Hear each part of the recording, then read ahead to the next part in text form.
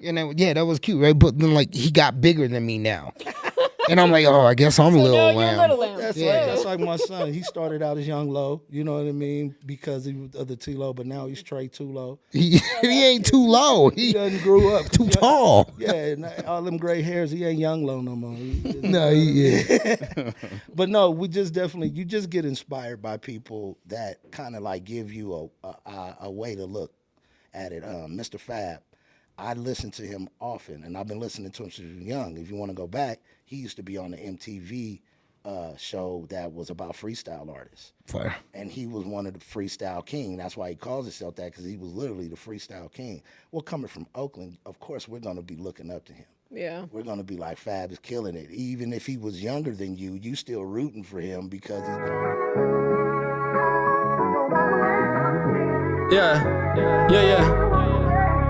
Yeah. See, now people like to talk, I don't really like to hear them. See these dudes snaking, that's why I don't get near them. This rapper's in my blood, I don't even need that serum. Hometown kids, so you hear the city cheering. Lately I've been going off, think I'm killing now, man, just wait till this my job. I'm trying to piece. Welcome to the show. How are you both? all right. Good. Thanks for taking the time out on the weekend to come visit us and hang out and talk about some music business and some upcoming events that you got going on. So Thank you for having me. Thank you for having us here. of course, why don't you go ahead and introduce yourself? What up, y'all? I'm DJ Lamb, Self-Expression Music, Power 94.9, 101.9. The list goes on. I executive produce over at Cumulus Media. And, that's who I am. That's cool. That's what's up. I go by the big homie T-Lo, originally from Oakland, California, man, representing out here in Ogden, Utah. I've been working with Lamb for years, been doing this for a long time. Been getting ready to bring this Looney show out here 420, man. Getting ready to let them know what's going on. We'll definitely get into the Looney thing. How did you guys connect? You know what? Big homie came before me. He was out in Ogden. He was with a group called Dub Dub Records. And I was a fan of his marketing, of his graphics, of his videos that he was putting out. And I kind of just made my move and to figure out, how do I get a hold of this dude? How do I network with this dude? He's nice. We were like doing a lot of early showcases, with Liquid Joe's. Even way back then, we were doing a lot of showcases and things like that. Self-Expression, Silk Lake. Everybody was out there at that time. And me coming from the Bay Area but living up in the O, it was a lot we was trying to translate. So we was able to come down, and Lamb and them always had a positive move going on. It always turned out to be good shows. So way, way back, we was doing good things. Shout out to Chaotic and everybody back then. Gee. Oh, okay. So what was it like coming from Oakland to Salt Lake? Like, how big of a culture shock was that? And I came here in 1990. I think that's probably, I think 90 is probably the widest the state's ever been. Right. And I came here in Clearfield Job Corps, so it put us in a position to really see things that I had never really seen before. I had never left the Bay Area before I came here. I've been many places now, but I came here and it kind of opened up my eyes to a lot of things that I didn't know about. So I started learning how to utilize things a little bit different. Started being able to see people in different perspectives. So that gave me an opportunity to speak my side of it. And people were always interested in what's the other side. And I always did that. I always like to do that in my music, because I might even do a song that might not necessarily be me, but I'm speaking from a voice or a perspective that, I felt like needed to be heard. Right. Oakland's a different beast, though. I remember on a previous job we were doing moving and storage, and we hired a bunch of people to help us drain out a couple storage units. Yeah. And the sun was going down, and the head guy, awesome dude, funny as hell, he looks at me, he goes, "Hey, you got to go." Like, job's not done. He goes, "You don't understand, you got to go." And I'm like, "What do you mean you got to go?" He's like, "Bro, you're white. You got to go. Like, where are you guys staying at?" He's like, "Oh, we're across the bridge." He goes, "Yeah, get the fuck out of here." Yeah. I was like, "Oh, it's like that." He goes, "Oh, yeah. You're in a bad part of town. You got to go." And I'm like, "Okay." So we hop in the 26-foot box truck, boom, take off. Get over there to the other side of the bridge. Well, hey, it's like that some places, in some areas. Oakland has a lot of culture and a lot of background when it comes to music. Right. You know what I mean? Hip hop and R&B and soul. So there's goods and bads and pros and cons everywhere. But And you know what? I mean, I always like Cali. It is. I mean, I swear, you go out there, you get that Cali energy, you get that Cali vibe from the people. It's to the sea soil. water. It's that sea water, man. To get in your lungs and make you start feeling like you can breathe a little clearer. Man. So I have a question for both of you guys. Inspirations, like who inspired you guys to get into? Because you're in a different deal. You're more behind the scenes, right? You know what? I'm a little bit all over the All over, place. I'm still rapping. I'm still doing my thing. I'm actually doing some country lately and jumping in that because go. that's the cool thing right now. So I'm like, you know what? I'm gonna go ahead and do it.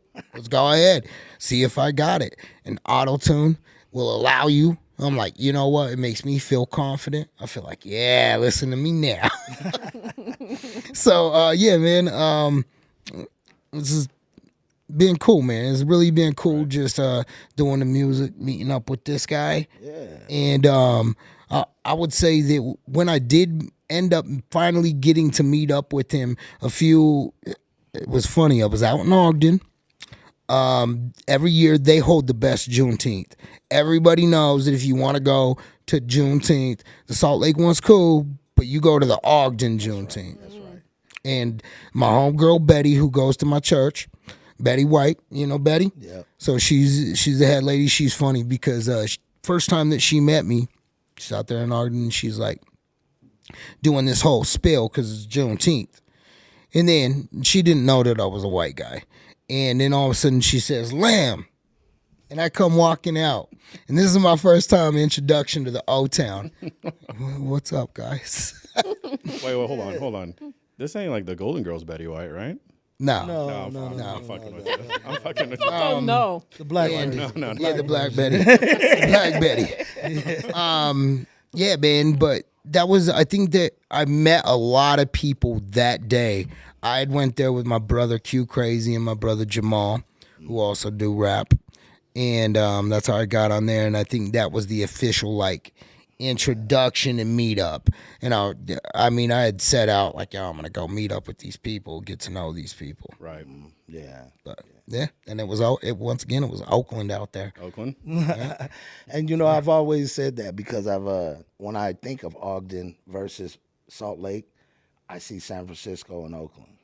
Yeah. You know what I mean? A lot of artists in I Ogden. do. The last hip hop Yeah, artist. do you guys know like Insomniac and Yep. who's the other guy? Sammy Otto. Sammy Otto, that's right. Yeah, so Sammy. we had them on our show. Yeah, Sammy was a label mate of mine. We was on 41 Records and stuff. Okay. back in the day. nice. So Nice. Sammy, Shout out Sammy. and I know Insomniac too, man. Shout out to the squad, man. Yeah, they're good people. Yeah. Ogden boys. Yeah. They, Yeah. Why Ogden? I came here. I was in Salt Lake for a little while. Like I said, when I came in the 90s, it was a little bit different for me. I was used to the smaller town, Yeah. where Oakland is the town, Frisco's the city. You know what I mean? So when I came, I stayed in Salt Lake for about 2 years, 91, 92. And then we went out to Ogden in like 93. And it just felt vibe. a little tighter knit. Yeah. Where Salt Lake was a little bit more spread out like Frisco. You know what I mean? So Right. I think that just kind of like resonated with me. I was seeing that, in taco trucks. You know what I mean? Hey, I got to get in where I fit in. so like what artist shaped like your sound, like how you, like your hip hop, what you put on paper, how you perform? I come from what I want to say is almost the first generation. There might have been maybe a little bit of hip hop before my generation, but so like I grew up listening to KRS-One and listening to LL Cool J and artists that really set the pioneering moves for what we did out here. When it came to the West Coast is when I decided I wanted to rap. I loved Run DMC. I loved I loved hip hop. But when it came to the West Coast, it sounded like I heard my dialect. Right. I was like, NWA. okay. So NWA, Ice-T, and then it came into Too Short, E40, and Mac Drake because the Bay Area just started having its own sound. You started knowing the difference between LA music and Oakland music, even though we're both in California. Right. So Northern California started having its own sound, and that's when I decided, hey, I can do this. When I heard Mac Drake talk, when I heard Richie Rich, when I heard Spice One, I knew, okay, we got a voice in this game. And, and some of these people are what we're now going through, the underground legends, like Coolio the Underdog, and these type of cats that we're working with now that have been out here. And we just need to make sure that we giving that same credit to those people that helped us get started in this, even if they're not the Jay-Z's and the Lil Waynes, the people that inspire us. Right. You know what I mean? So that's how we do that, you know. So what about you? What's your inspiration? Shoot. Probably. Hey there, food lovers. This episode is brought to you by Dolly Crepes. Are you ready to indulge in something deliciously unforgettable? Head on down to Dolly Crepes and indulge in a mouth-watering crepe any time of the day. Whether you're looking for something sweet and savory or deliciously filling, Dolly has exactly what you're looking for. With 3 locations conveniently close to everyone in the Salt Lake and Davis County area, Dolly has you covered.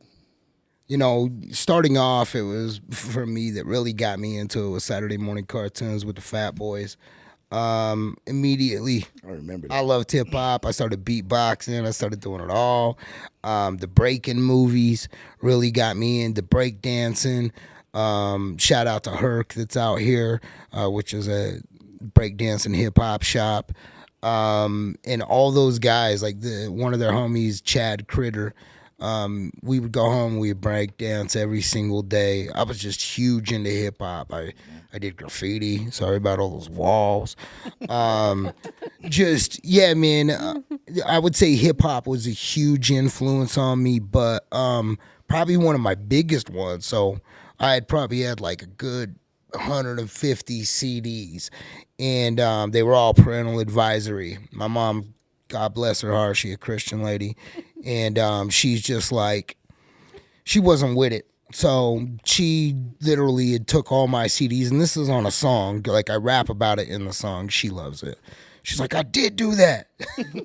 She took all 150 of my CDs and put them in this trash compactor. Oh man. And she bought me, but that Christmas she had brought me this album from this group called DC Talk, and it's a guy named Toby Mac, and it was a Christian hip hop album, but it was good. It was good, and I was like, yeah, I like this too.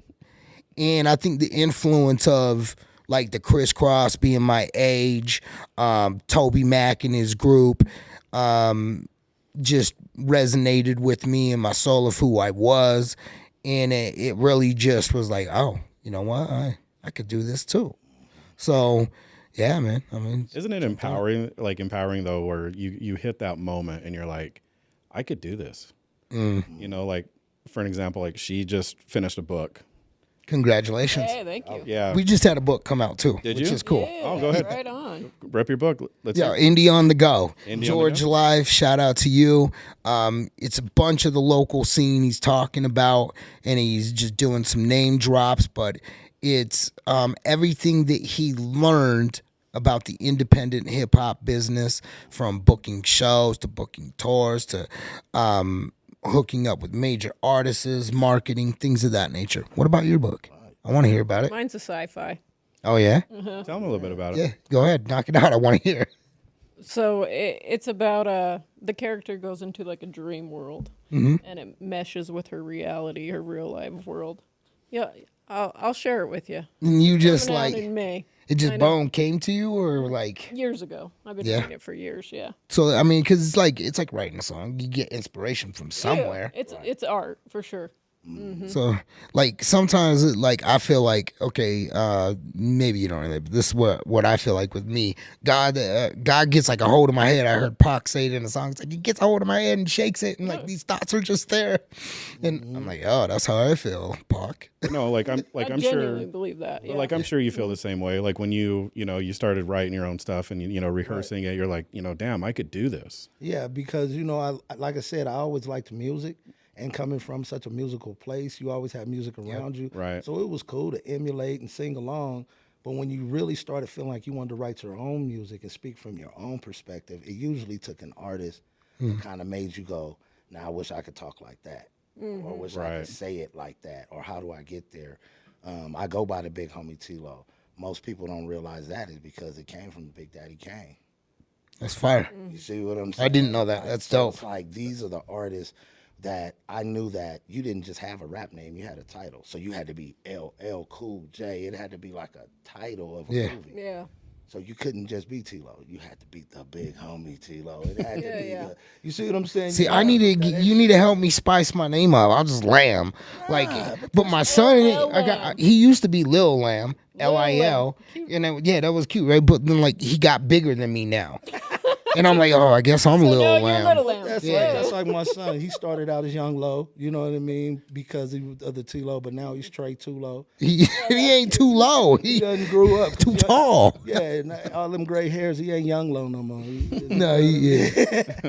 But no, you just get inspired by people that kind of give you a way to look at it. Mr. Fab, I listen to him often, and I've been listening to him since he was young. If you want to go back, he used to be on the MTV show that was about freestyle artists. Fire. And he was one of the freestyle king. That's why he calls himself that, because he was literally the freestyle king. Well, coming from Oakland, of course, we're going to be looking up to him. Yeah. We're going to be like, Fab is killing it. Even if he was younger than you still rooting for him because he's coming from where you're coming from.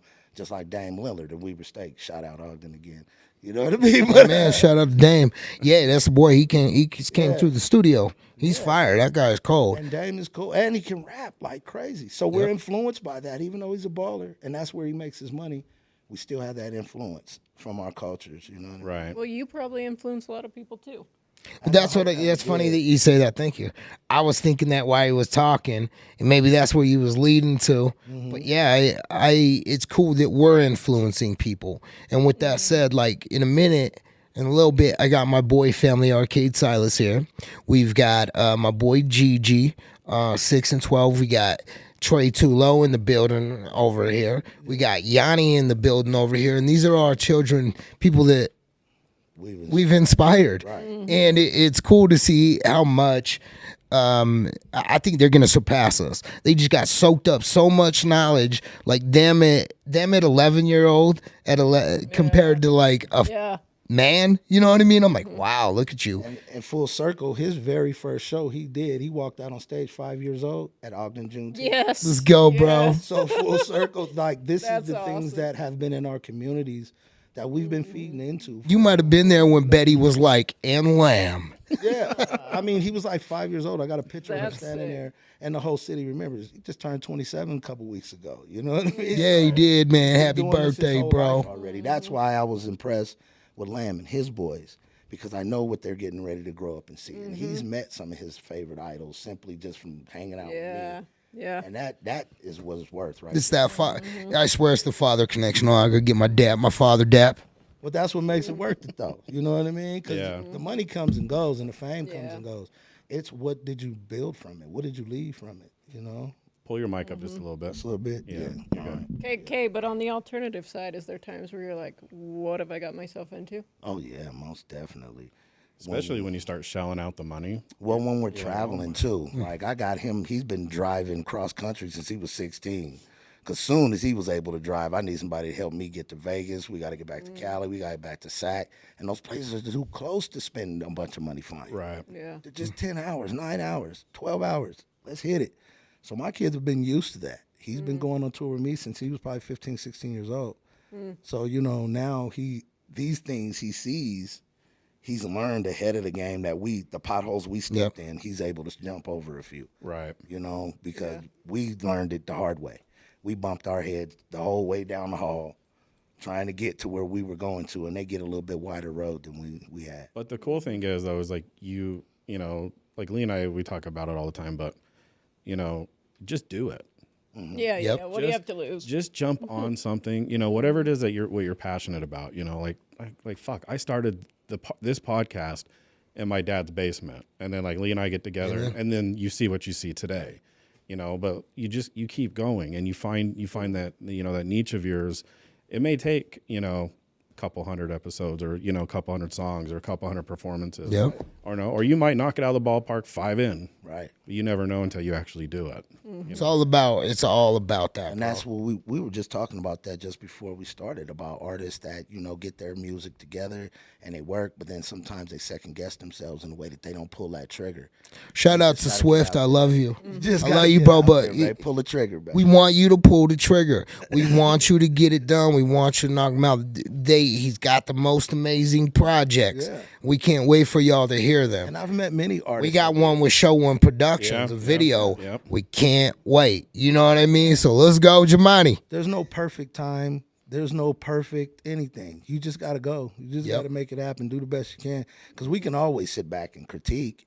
Yeah. Figure out what we can change. You know what I mean? But Always. at some point, you just got to let it go, bro. But you're right. There is people that don't have the balls the resilience to move forward, and they do. They get beat down, and they're like, Yeah, or, maybe you do something that you really, really like, and everyone else doesn't receive it the same. yeah.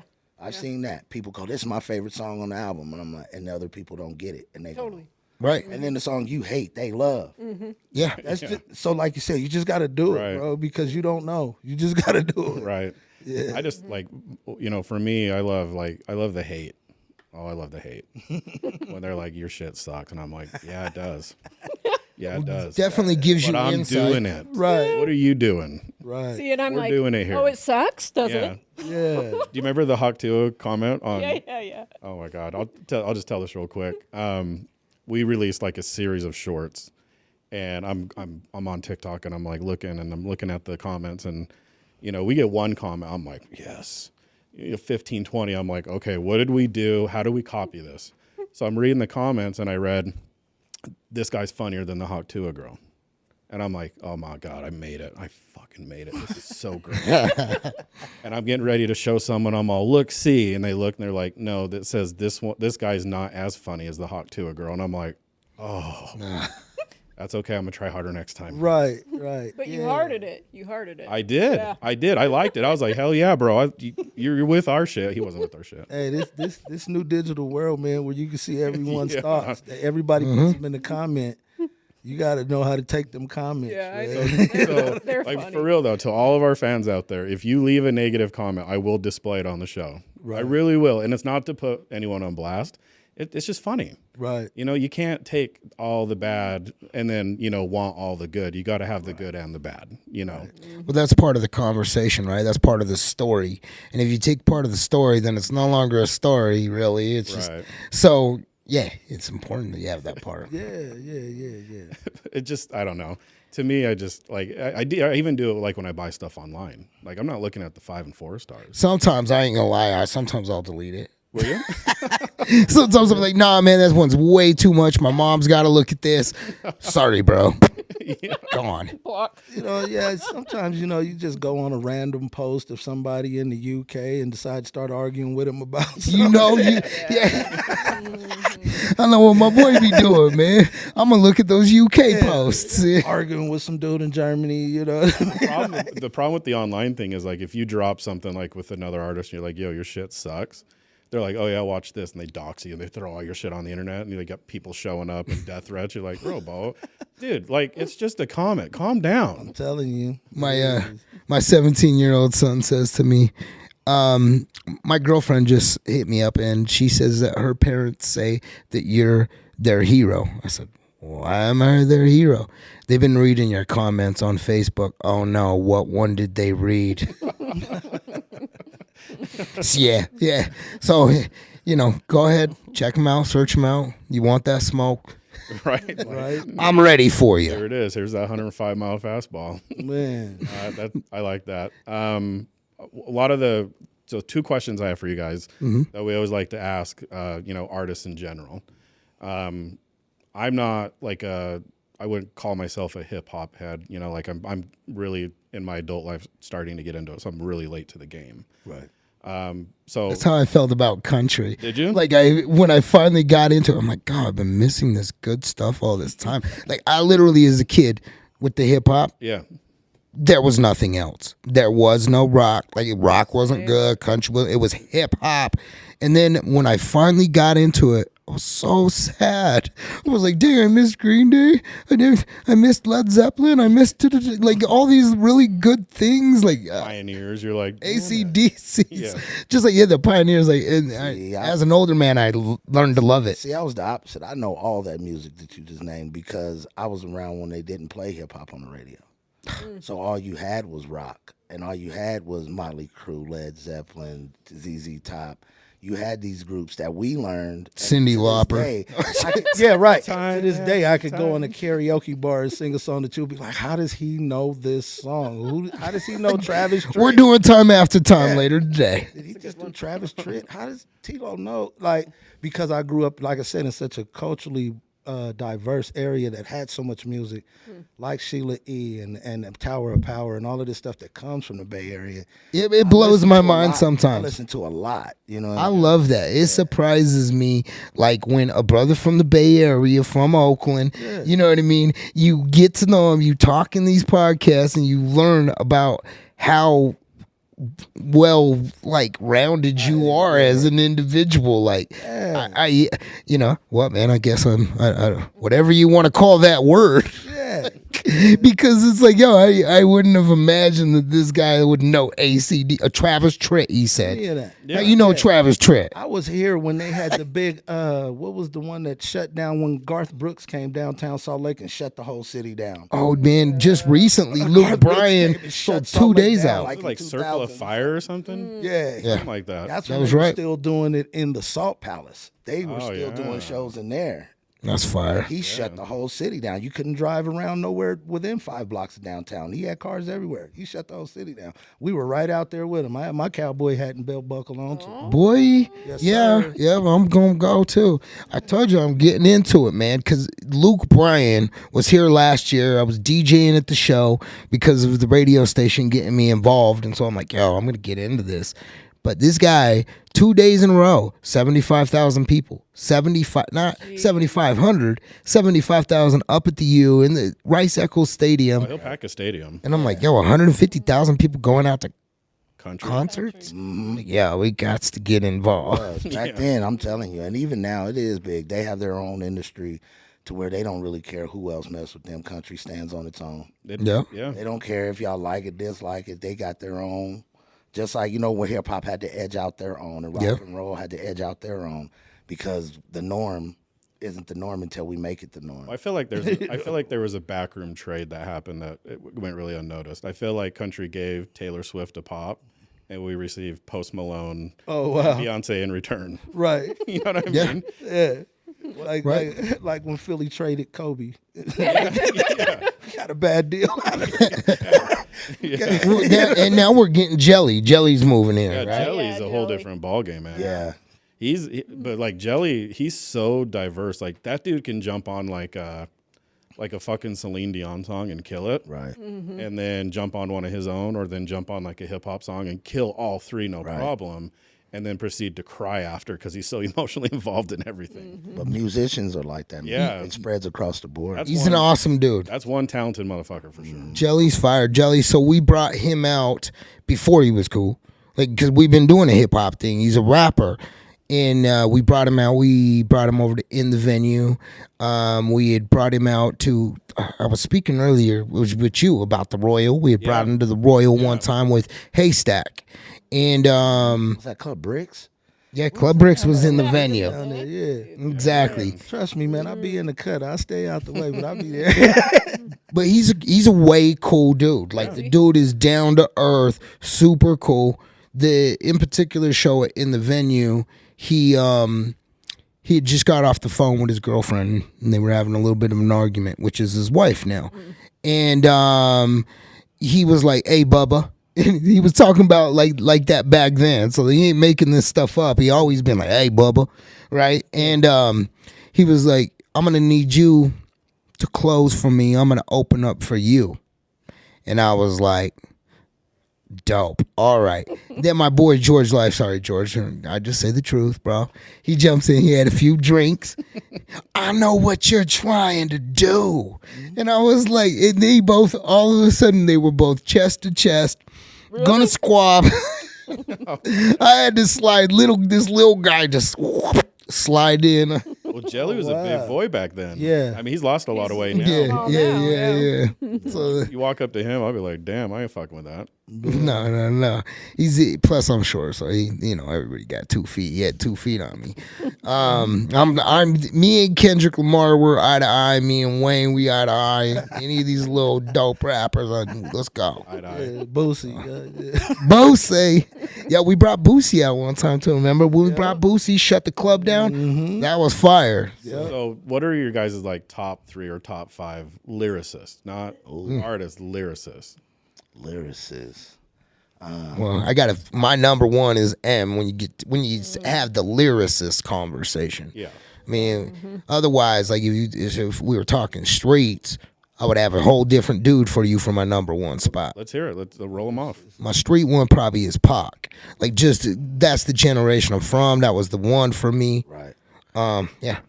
I agree with Pac as far as the lyricism too, because I always felt like Big was the lyricist from your mind, and I felt like Pac was the lyricist from your heart. Yeah. Yeah. Pac would say things that you felt. Big said things you respected as well.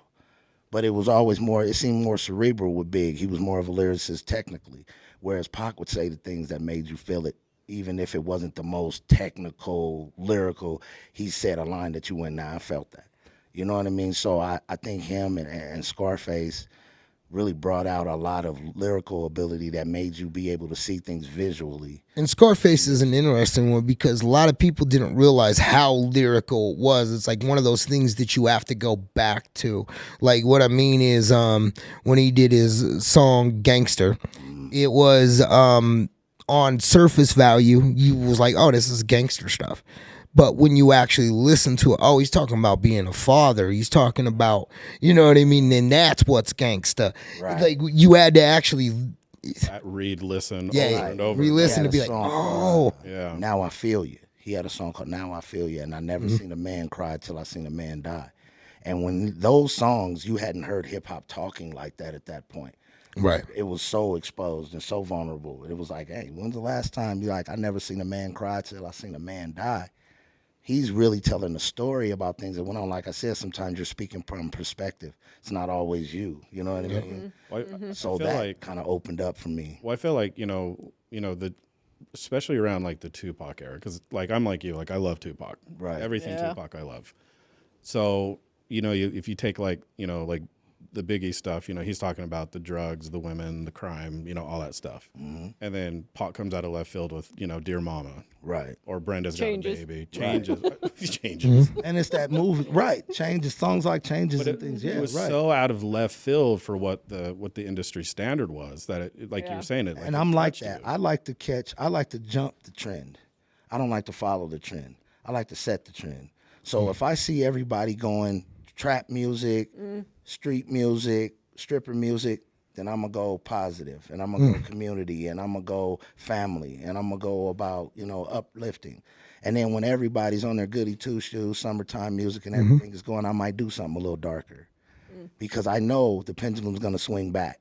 So why do I always want to be behind the pendulum? Why don't I get in front of it so that way when it swings back, it's coming to me, not away from me? Right. So I like to try to do it like that because you can't really follow the trend because the trend changes too fast. But that's so cool that you could actually recognize that. Yeah, really. And shift that gear. Yeah, That's and just dope. go the other way. When it's time to do, when people are doing targeted music, they might be doing music for the club, or they might be doing music because summer's coming, so they want to do a summertime song. That's cool. That might be when I'm working on something a little more political, Okay. something a little more deep, Yeah. something a little bit more personal. And just try to, because I know it's going to come back that way, because that's just how hip hop is. It's going to come back around. What's your focus right now? Right now, it's about exposing how to do things yourself. Like we were just talking about off camera, you have to be in control of what you're doing. Some people are willing to give that control up for the popularity. Oh yeah. So they're willing to say, here, I'll give you 70%, I'll give you 80%, just make me look good. But that wears off because like we were saying, that digital fan base, you can go viral over one video and have 1 million fans. And then 3 months later, you're back down to getting 76 views. Well, it's crazy. It's the like algorithm 3 videos later. Yeah. I'm talking from experience of like, I got a video at 275, and then the very next video's at 1300. Right. Do you know what I mean? Like So the grassroots way that we got fans by actually going out, doing shows, hitting blocks, The networking. the street teams, the flyers, doing all of that hand to foot combat. You know what I mean? Grind. That makes it so that later on you're able to still have somewhat of a career like rock bands. You got a lot of rock bands still collecting residual checks, and they haven't done music in years. Yeah. But I feel like when you hit the streets and you're doing, like you just talked about, you're building the fan base. I feel like online, like, yeah, you can get that quick viral moment and that can make you popular, but are they really fans? Authentic. You know what I Right. mean? And will it be stable? Will I make $10,000 this month and then not see another dime for 5 months? You have to stick to your grind, stick to your script. Yeah, it's cool sometimes to add in a little bit of this, a little bit of that, but never give up your base movement. If this is what we're doing, let's keep doing that. And you know what? Like, to speak to that, it's so 25 years later, I was just in the parking lot of Burner over at the complex, and I was out there, went by myself, was flying every single car, right? Didn't miss one vehicle. But while I'm doing it, I remember when I was doing it for Tech 9 20 years ago for the Saltaire and building them. Like, I've throughout the years helped build so many people. Like, they started off at Avalon, then they moved to Murray Theater, then they got the Saltaire, then they I saw it start from the Dead Goat Saloon that I helped promote. I remember Over the last 25 years, I built all these businesses. Shout out to those businesses. They know it's true. Like, from the marketing department end of it, I did my thing. And I never stopped. I still got flyers. I still got posters. I'm still doing physical tickets.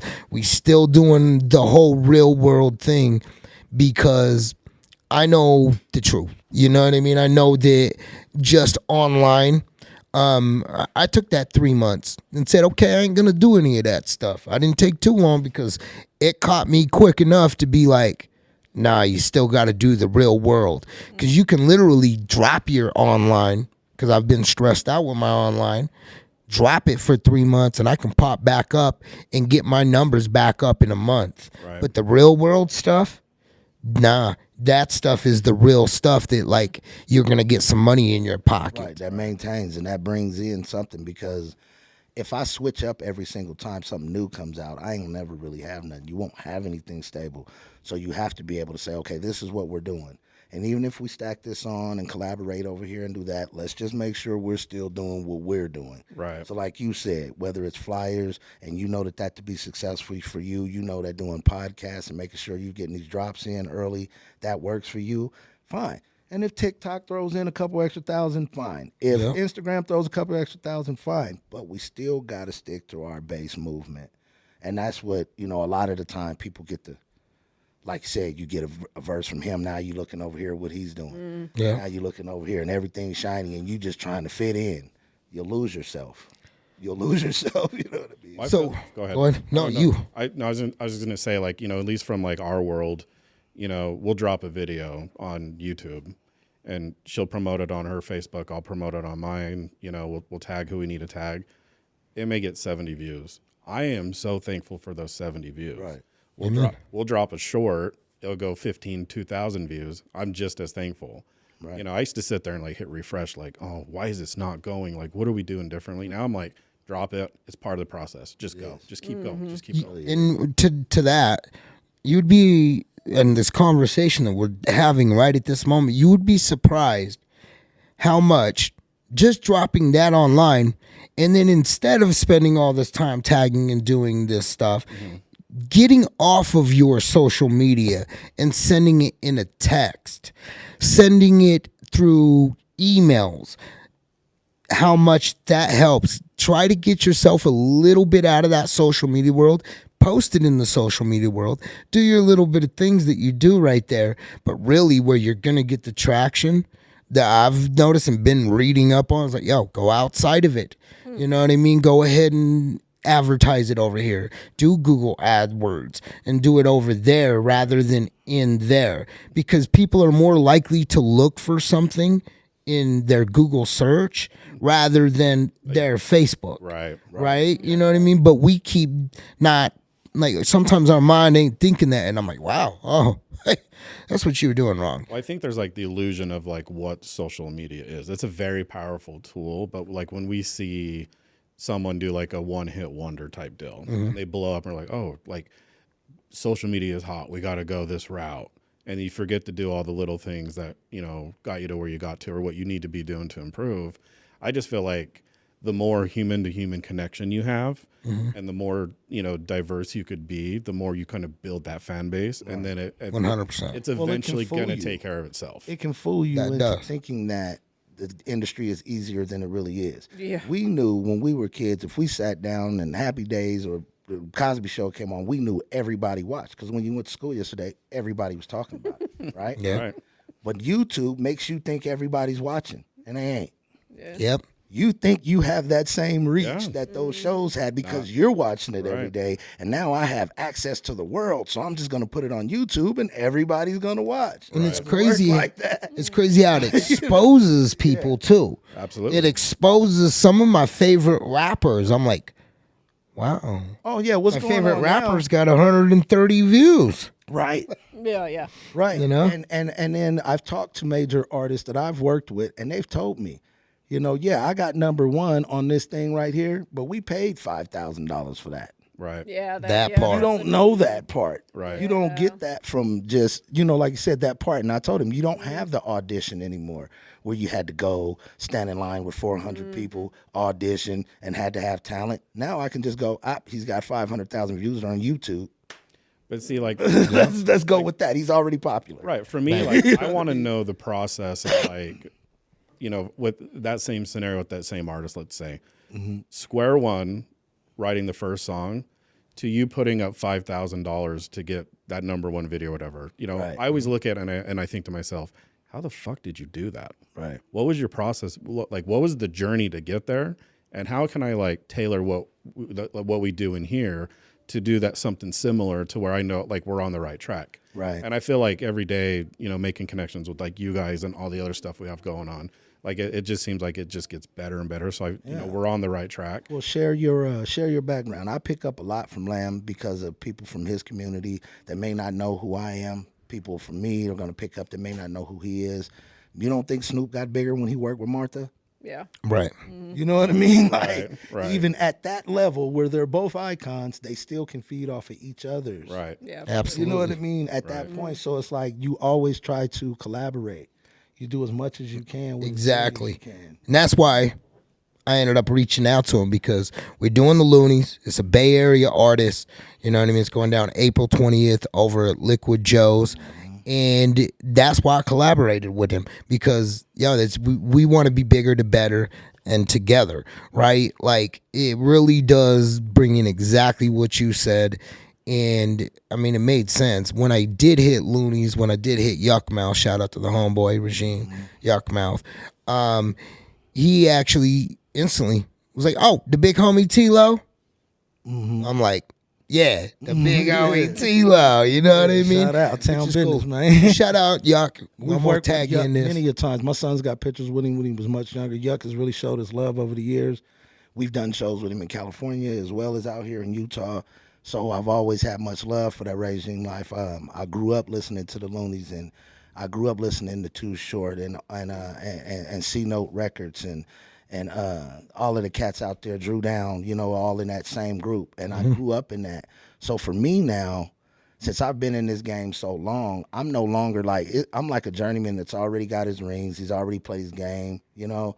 Now I'm just in it for the game.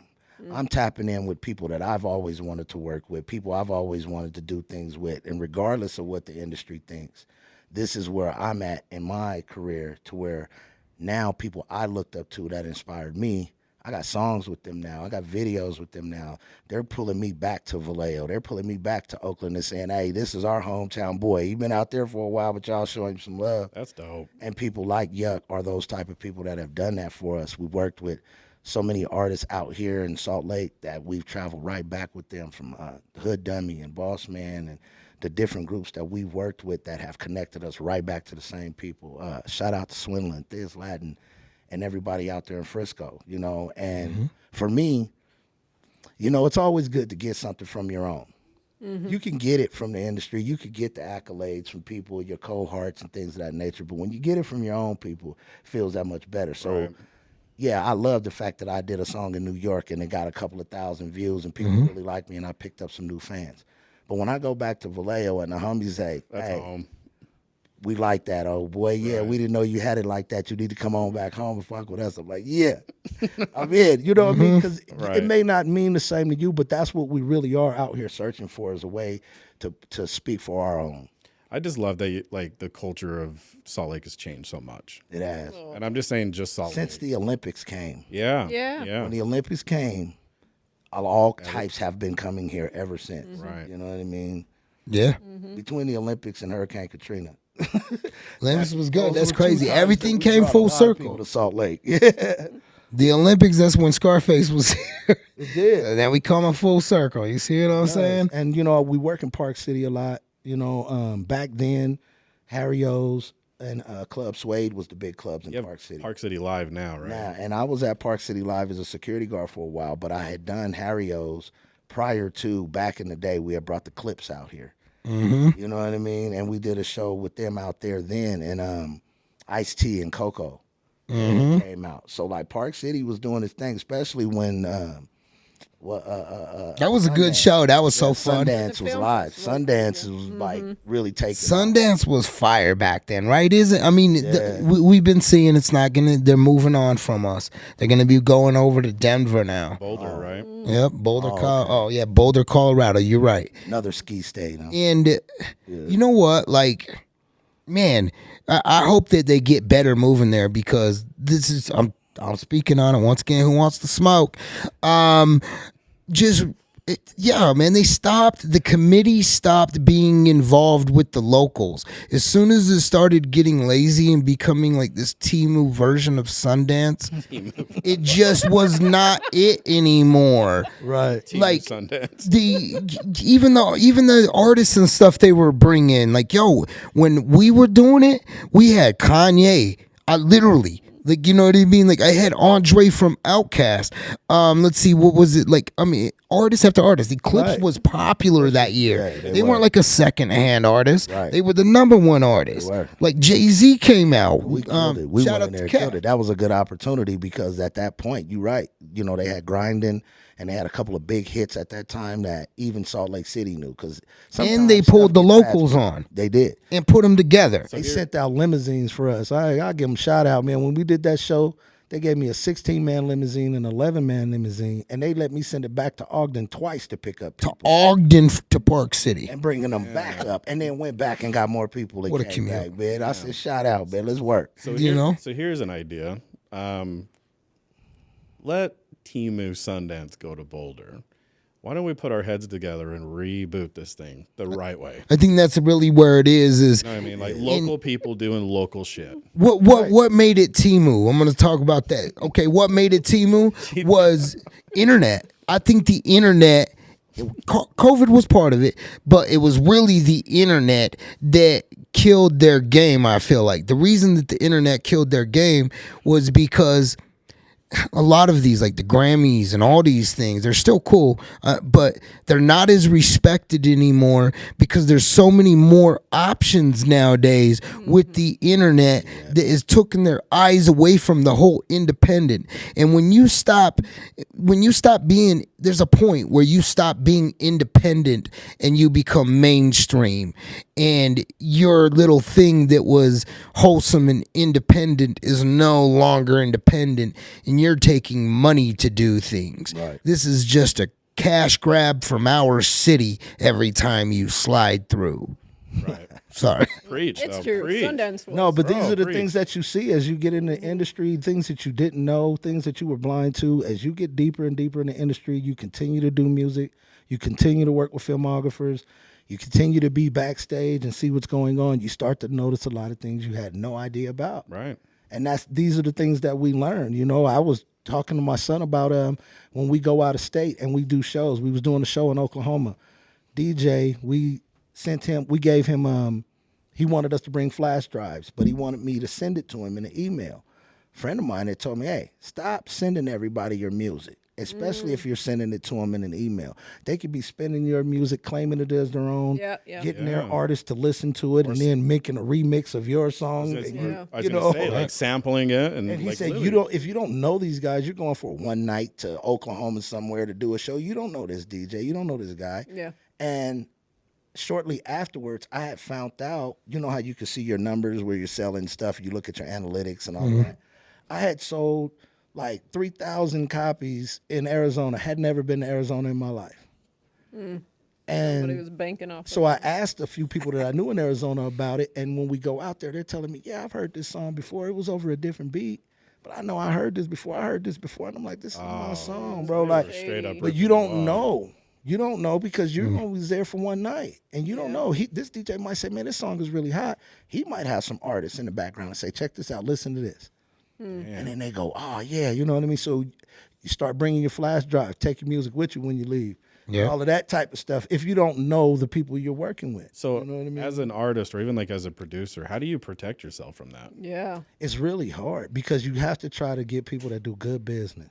And in this business, paying bills means more than doing good business. Somebody will rob you to be able to pay their rent.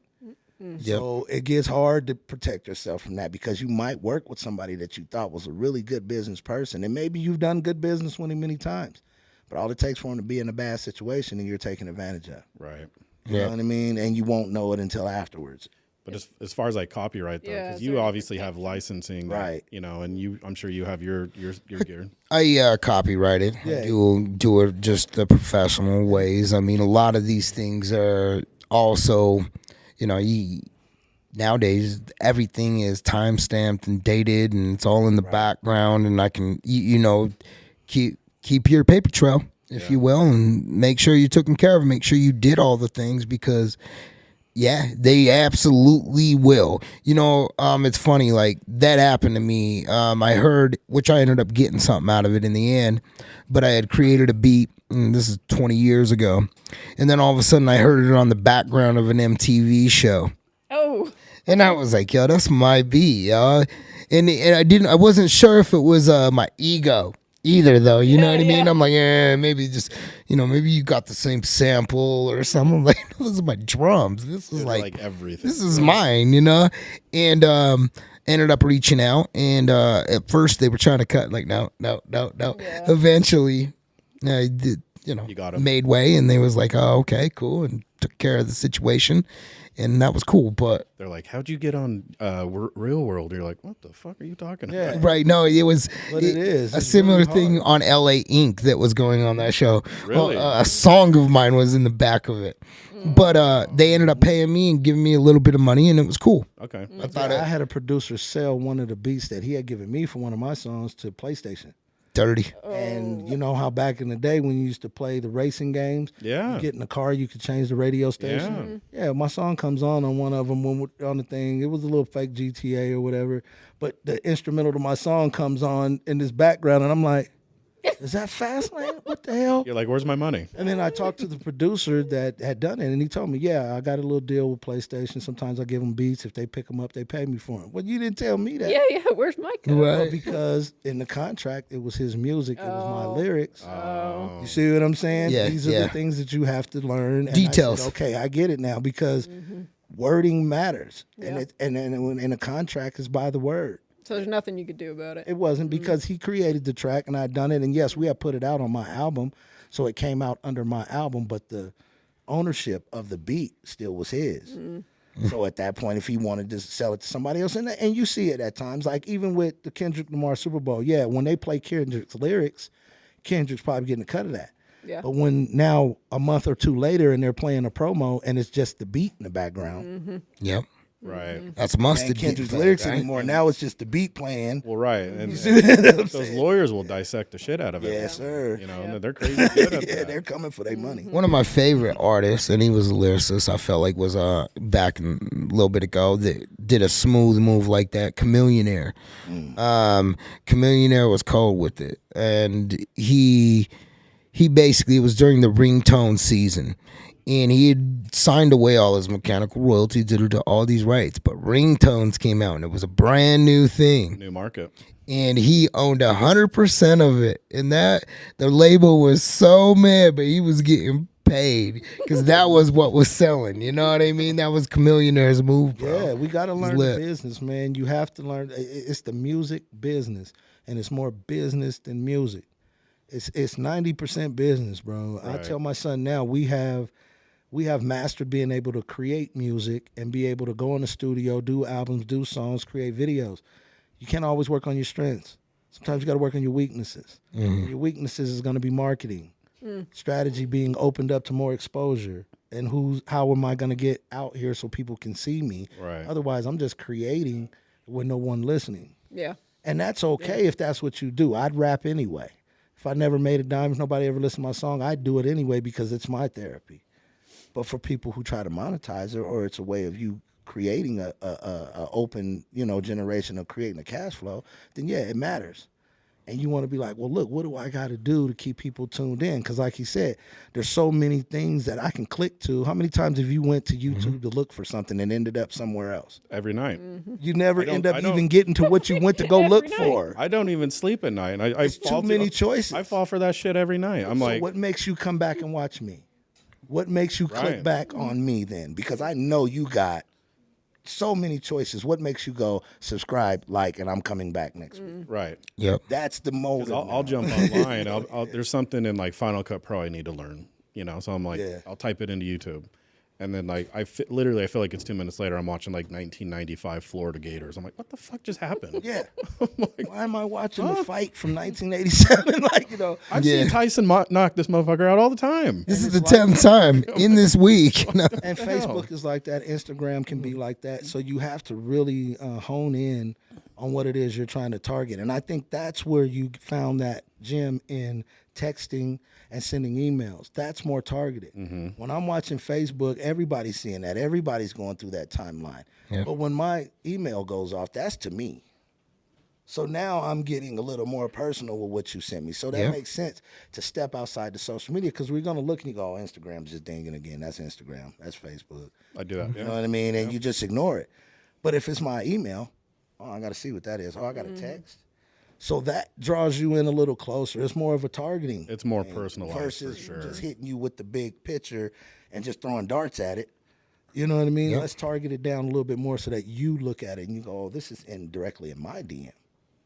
And it might have been on my timeline, but I didn't see it on my timeline, but I did see it in my email. You know what I mean? So I have people that do that. Big O Meezy was one of the first people that I seen utilizing that, sending me stuff in the email. I had never really seen that before. And Big O Meezy goes on stage right hand to E40, and he's from out this way, from Utah. He comes out, and represents with us. So when he first started sending me things, that was the first person I'd ever seen use that marketing strategy.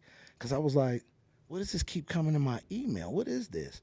And every time it was either a video or a promotion, maybe it was a show. And I'm like, who does that? Right. I guess maybe a year later, I started seeing it more often. I started getting it more often. And people just find a new way to create a revenue or create a lane that wasn't there before. Right. What's crazy with the website, right? You can run automated. You can just pay for it, and it's gonna Right. sit there and automate emails for me to send out to people. Like, Yeah. and just depending on what your campaign is, can bombard you. Well, Instagram just now Good added and bad. on- Instagram just now added on where I can say I got 10 videos. Like you said, your boy might take 100 pictures. He can go on Instagram and say release a picture at 5:00 p.m. every day for the next 30 days. All right. And then he doesn't even have to touch it anymore. Yeah. Every day Everything's it's so going to automated. automatically set that content for you. So Right. that you're dropping content at the same time every day where people can count on it. And they're making that a part of the app now. That's giving you skills that you could use. I took a television course and radio broadcasting course. I know about cutting and editing and things of that nature. You're giving them access to be able to do all this themselves by doing that. Right. I can set up my own episodes and on a Sunday night just sit there for a couple hours and line up everything for next week. Now on next week, I don't have to worry about it. I can be doing something else because this is automated now. See, we do that similar. When we're dropping shorts, you can drop them on a schedule. Yeah. Because technology is crazy. I have 2 different apps that tell me, what time to post on TikTok and what time to post on Instagram. Right, and that's how you get them to come back. Yeah. So The AI is crazy with so its that's why I said posting. that question, how I get them to come back and watch me, consistency of putting up content. That's how I Consistency get you is back and key in watch me. anything, man. That's how I get you Consistency. back when you got all those choices. Right. Staying consistent and giving you content regularly that you're going to keep coming back for. If I go ghost for 2 weeks, you probably lost 500 people in that 2 weeks. But you also, you know what I mean? sure. Like, yeah. but you also get bounced out of the algorithm too, Right. You know, and then you have to keep posting to get jumped back into the loop of everything. Like it's it's an ongoing process. Yeah, so the technology industry is going to be different than a lot of the hands-on stuff we do. Yeah. You know? Oh, yeah. Do you guys manage your own social media? I try to. That's probably why it's not as good as it should be. Facebook is a little easier because I keep up with a lot of people and family on that. Instagram, I consider to be a business page. Yeah. Instagram doesn't do a lot of comment, a lot of talking. They just do a lot of letting you see what's going on and making it happen. I hired someone, but she's not good at it. Yeah, and I think I got a YouTube account, but I haven't kept up on That's that funny. YouTube account in a while. So that's all I got. I don't have Twitter and the other ones. I just had YouTube, Facebook, and Instagram. I do and I don't. I do. I bring in other people and let them because there's more consistency. Plus, a lot of the time, it might be just collaborative posts where all I'm doing is accepting a lot of collaborations, but those seem to grow because it's working off both algorithms Right. rather than one algorithm when I do the collaboration posts. A lot of the times, though, like for other clients, we do have a huge client base. We probably have about 500 people that were over their social medias, and we do their posts for them, and they pay like $5 a post type thing.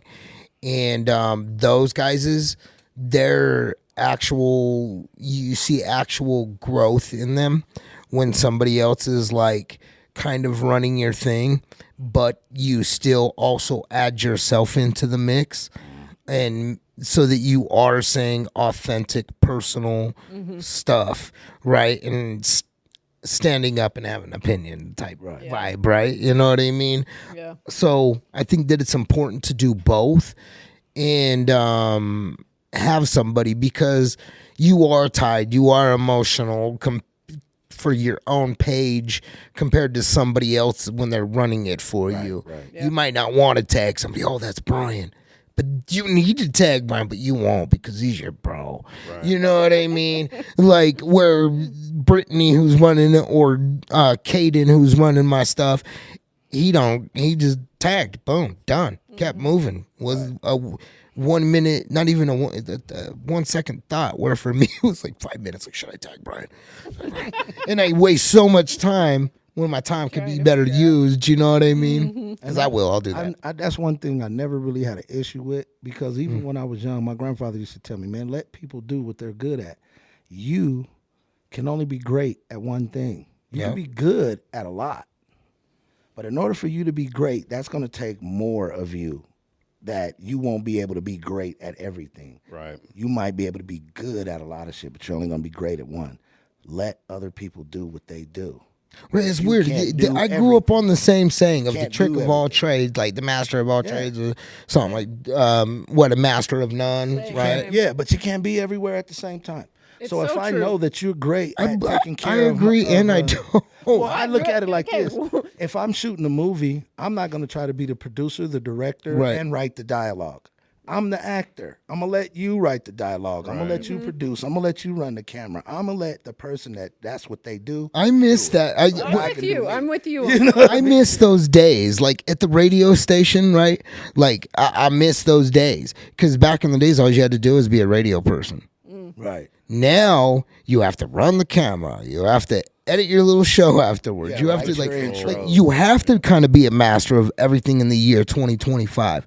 Like you're doing videos now. Right. You're doing, you know what I mean? Before you hired somebody to do the drop. Make sure you go check out Tilo April 20th at Liquid Joe's. Right. Now it's like you got to do. Yo, We're what doing up? the This drops T- ourselves, right? And we did, and we do that, and I do that because those are things that I've learned along crazy. the way. You know, even when we lined up with this, Lamb didn't even ask me to do it. It's just something that I know that this is what you do. So we go out. We're at Wendover. We're at a dispensary. We're doing the show for wellness. Hey, check this out. let's just do a drop right quick in the parking lot. So we're gonna shift gears a little bit. Let's go. I'm gonna go ahead and go ahead and say where where the people can find you, and then we're gonna shift gears and we're gonna bring the two special guests on. All right. Perfect. So where can they find you, Lamb? All right. Make sure you go check us out, selfexpressionmusic.com. Any social media you want to rep? Every single one of my social medias, there. you can look self-expression music. I beat everybody to it. Maybe Pinterest thing might have got me, dang it. Yeah. So it's not Little Lamb. Not Lil Lamb. No, those are fighting words. Nah, I mean, I kind of like it nowadays. Like there was a moment when Lil Wayne was coming out. I was like, should I go with Lil Lamb? I was like, nah, Mary had a Lil Lamb. My mom's not Mary, so I was like, What about you, Big T? Yeah, the big homie T-Lo, TheBigHomie, TLOW. You know what I mean? If you got on the Facebook, Instagram, or on YouTube, you can tap in with me on all those. Terrence McCray on Facebook, the big homie T-Lo, Been Solid Clothing Company, man, because we been solid, stay solid, you know what I mean?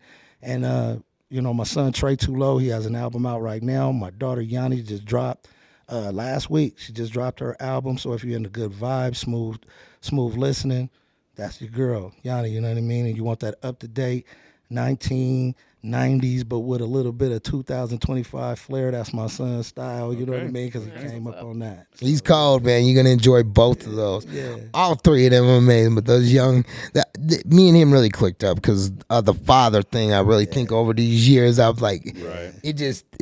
I think it's so fire. I love that you're such a good father, bro. My boy Lyrics too, Dustin Lyrics. Shout out to Lyrics, man. Shout out to you. All right, man. Well, I again appreciate both of you guys taking time to come in on the weekend. Appreciate you. And tell us about your world and promoting, and make sure you guys go to Liquid Joe's on 420 to go see the Lil Loonies. Lil Loonies. And then you were saying earlier though that there's a under 21. So yeah, it's gonna be the Family Arcade Silas Easter party. That's part of the Utah Wellness Expo. It's gonna start at 3:00. Approximately 4:00, we're gonna have an Easter egg hunt that's going on for all the youth.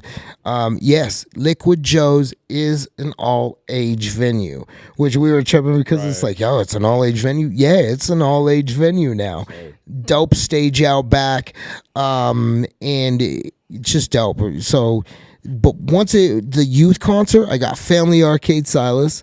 I've got my boy Gigi, and we've got Layla Rose. We've got Harley and Trinity, and they're all youth. 11 and under is free. So bring the kids out, come chill. It is the Wellness Expo, and that's what it's a part of. And we have a belief that medical marijuana is not a bad thing. Right. I've known kids that it saved their lives. Kids, I said that. And I don't think it's a bad thing, so we push it that way. Okay. I'm kind of Bob Marley-ish, if you will, you know what I mean? I love God and I love trees.